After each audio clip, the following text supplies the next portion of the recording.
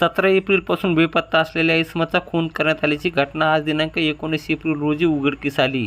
इंदेवाडी येथील कैलास दत्तू पवार यांचा पूर्व वैमनस्यातून 4 ते 5 आरोपींनी खून केल्याची प्राथमिक माहिती आहे. आज सकाळच्या सुमारास दरेगाव वन विभागात एक अनोळखी व्यक्तीचे प्रेत आढळून आले होते. पोलिसांना याबाबत माहिती मिळताच पथक घटनास्थळी दाखल झाले. घटनेचा पंचनामा करण्यात आला असून मृतदेहाच्या बाजूला असलेल्या गाडीवरून सदर इसम हा कैलास पवार राहणार इंदेवाडी असल्याचे स्पष्ट झाले. दरम्यान डीबी पथकाने अवघ्या काही तासात आरोपीचा शोध घेतला असून त्यांना जेरबंद केल्याची माहिती आहे.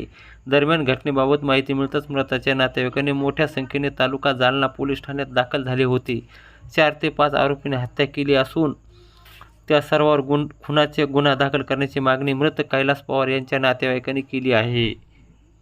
आरोपी विरोधात गुन्हा दाखल करण्याची प्रक्रिया तालुका जालना पोलीस ठाण्यात सुरू असून पुढील तपास पोलीस करत आहेत. दरम्यान जिल्ह्यात सातत्याने होत असलेल्या हत्या यामुळे जिल्ह्यातील कायदा व सुव्यवस्थेचा प्रश्न निर्माण झाला आहे. त्यामुळे गुन्हेगारी व प्रभावी नियंत्रण गरजेचे ठरत आहे.